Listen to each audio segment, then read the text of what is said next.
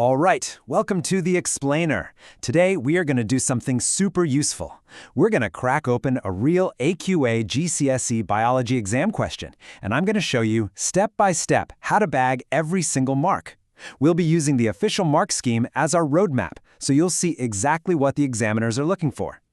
Okay, let's get right into it. We're tackling question 1 from an AQA GCSE Biology higher tier paper, and it's all about, you guessed it, photosynthesis.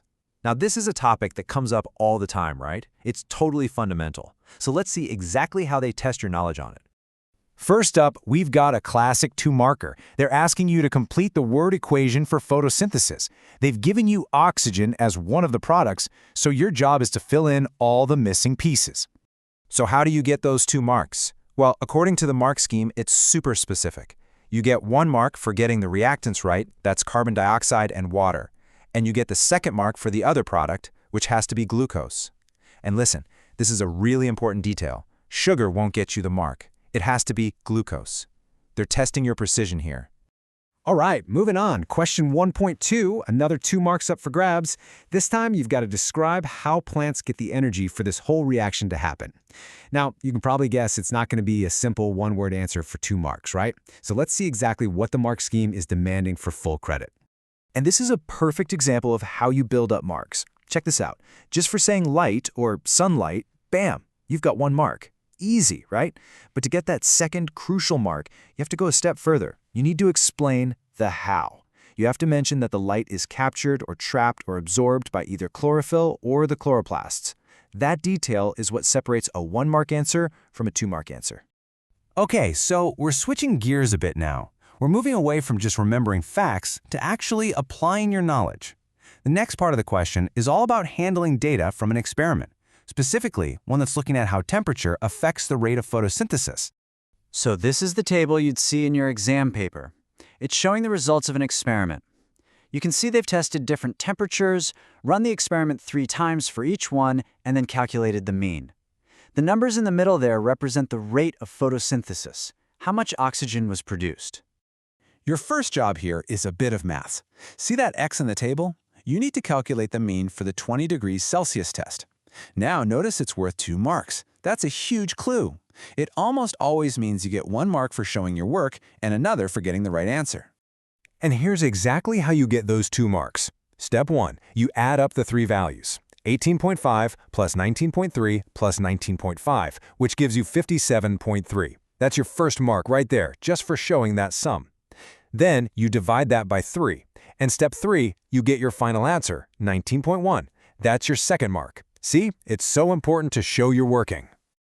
Okay, next up is what I like to call a gift of a mark. It's usually pretty straightforward. You just have to spot the anomalous result. Remember, that's just a fancy way of saying the weird one, the result that just doesn't fit in with the others. So have a quick look at that table. Which number jumps out at you as being a bit off? And yep, you've probably spotted it. The mark scheme confirms it's that 14.2. I mean, look at the other results for 45 degrees. You've got 1.9 and 2.2. Then out of nowhere comes 14.2. It's way, way off. That's your anomaly. So whenever they ask you to spot an anomaly, the very next question is almost always this: why did it happen? It's a classic. They want to see if you can think like a scientist and figure out what might have gone wrong in the experiment. So let's look at the kinds of answers the examiner would actually give you a mark for. And what's really cool here is just how many different right answers there are. You don't have to guess the one specific thing they're thinking of. You could say someone misread the scale, or maybe some air got trapped in the equipment, or the lamp moved, or the temperature wobbled for a second. Even something like using a different bit of pondweed. Any one of those logical suggestions would have gotten you the mark. Okay, another process question. So you've found the anomaly, you've suggested why it happened. What do you actually do with it? This question is checking if you know the proper scientific procedure here. And the answer is simple and straight to the point. You ignore it. The mark scheme says they did not use it in the calculation of the mean. And you can actually see they did that in the table, right? The average for 45 degrees is 2.1. If they'd included that weird 14.2, the average would have been way higher. Right, next question. This one's all about control variables. Think about it. The whole point of this experiment was to test how temperature affects photosynthesis. So to make sure it's a fair test, What are the other things you'd have to keep exactly the same?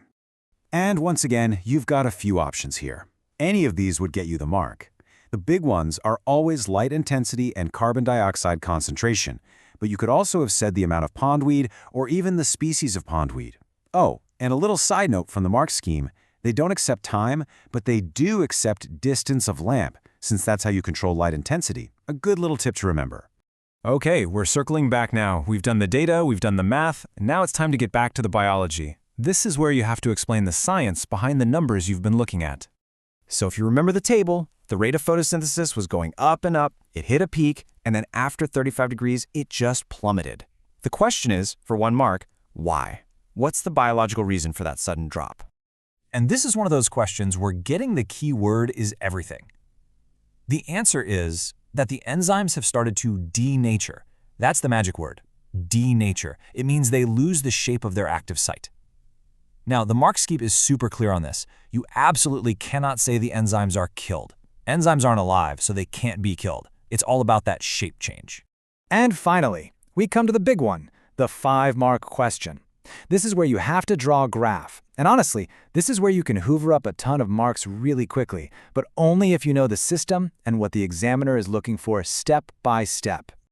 So, in the exam, you'd be given this blank grid. Your job is to turn the mean data from that table into a proper graph. That means you've got to label the y-axis, pick a good scale, plot your points accurately, and then draw a line of best fit. Lots of little jobs to do here. So let's break down exactly where those 5 marks come from. It's a tick list, really. Mark number 1, label your y-axis correctly and don't forget the units. Mark number 2, choose a sensible scale that fills up at least half the grid. Marks 3 and 4 come from plotting the points correctly. They even give you a mark if you get most of them right. And finally, mark number 5 is for drawing a nice, smooth, curved line of best fit. Every single one of those little steps gets you a mark. So there you have it. By taking a big question apart, piece by piece, and knowing exactly what the mark scheme wants, whether it's a keyword like glucose or denature, or the specific steps for drawing a graph, you can see how to get every single point. It's not about being a genius, it's about having a strategy. So now that you've seen the examiner's playbook, how are you going to use it to tackle your next exam question?